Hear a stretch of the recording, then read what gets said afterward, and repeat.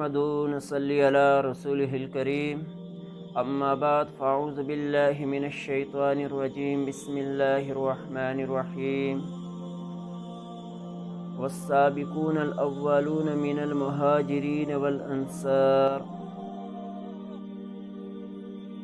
وقال الله تعالى في مقام آخر والذين معه أشداء على الكفار رحماء بينهم تراهم ركعا سجدا وقال النبي صلى الله عليه وسلم كن في الدنيا كأنك غريب أو عابر السبيل صدق الله العظيم وصدق رسوله النبي الكريم ونحن على ذلك لمن الشاهدين والشاكرين والحمد لله رب العالمين. معزز سامعین، میں نے آپ کے سامنے قرآن مجید کی 2 آیات کے 2 ٹکڑے آپ کے سامنے تلاوت کیے ہیں. اللہ تبارک و تعالی سے دعا ہے کہ اللہ تبارک و تعالی مجھے ان آیات کا جو مقصد ہے وہ بیان کرنے کی توفیق عطا فرمائیں. پھر مجھے اور آپ کو صحابہ کرام کی زندگیوں کے مطابق اپنی زندگی گزارنے کی توفیق عطا فرمائے. وہ صحابہ جن کے ذریعے سے ہمیں قرآن ملا، وہ صحابہ جن کے ذریعے سے آج ہمیں کلمہ نصیب ہوا، وہ صحابہ جن کے ذریعے سے ہمیں حضور صلی اللہ علیہ وسلم کی سنت ملی، وہ صحابہ جن کے ذریعے سے ہمیں زکوٰۃ اور اس کی ادائیگی کا طریقہ معلوم ہوا، وہ صحابہ جن کے ذریعے سے ہمیں روزے اور دین کے احکامات کی مکمل معلومات حاصل ہوئی. تو ان صحابہ کرام کا مقام، صحابہ کرام کا مرتبہ اللہ تبارک و تعالی ہمیں سمجھنے کی توفیق عطا فرمائے. اور آج ہمیں اس چیز کی ضرورت ہے کہ آج ہم دنیا کے اندر جو کرکٹ والے ہیں، ہمیں ان کے کارنامے تو معلوم ہیں، ہمیں وزیر اعظم اور وزیر داخلہ کی تاریخ تو معلوم ہے، مگر افسوس کا مقام ہے آج ہم میں سے کسی کو یہ معلوم نہیں سیدنا صدیق اکبر کون تھے، فاروق اعظم کون تھے، عثمان غنی کون تھے، حضرت علی کون تھے، طلحہ کون تھے اور حسن اور حسین کون تھے. آج ہمیں ان کے کارنامے معلوم نہیں ہیں. دنیا کے جو دنیا دار لوگ ہیں، جو دنیا کے لحاظ سے بڑے ہیں، ان کے مقام تو ہمیں معلوم ہے، ان کا مرتبہ تو ہمیں معلوم ہے، مگر صحابہ کا معلوم نہیں.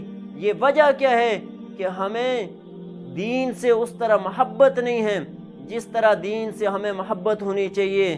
میرے دوستو، حضور صلی اللہ علیہ وسلم نے فرمایا، حضرت عائشہ رضی اللہ تعالیٰ عنہ فرماتی ہیں کہ ایک شخص حضور صلی اللہ علیہ وسلم کے پاس آیا اور آ کر کے کہنے لگا کہ سب سے بہترین زمانہ کس کا ہے؟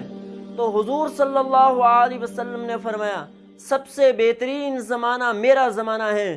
فرمایا اس کے بعد جو میرے بعد والے ہیں، پھر اس کے بعد والوں کا. تو اب یہاں اس سے معلوم یہ ہوا کہ حضور صلی اللہ علیہ وسلم کے زمانے میں جو آپ کا زمانہ تھا، اس میں آپ کے تابعدار، آپ کی اتباع کرنے والے، آپ کے اوپر ایمان لانے والے یہ صحابہ کرام تھے. سب سے بہترین زمانہ ان کا تھا. ایک مرتبہ حضور صلی اللہ علیہ وسلم نے فرمایا کہ لوگوں، ایک زمانہ آئے گا، لوگ اپنے لشکر تیار کریں گے جہاد کے لیے.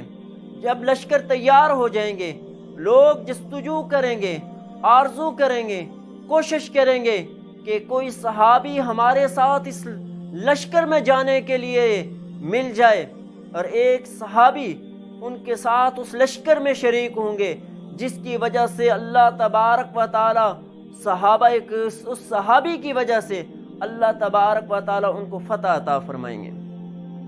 تو میرے دوستو، صحابہ کرام نے دین کے لیے اتنی قربانیاں دی ہیں کہ آج آپ تاریخ کو اٹھا کر کے دیکھیں، آج سیرت کی کتابوں کو اٹھا کر کے دیکھیں، آج قرآن کی تفسیر کو اٹھا کر کے دیکھیں تو کیا اللہ تبارک و تعالیٰ نے فرمایا اولئک هم المفلحون، مفلحون کون لوگ ہیں؟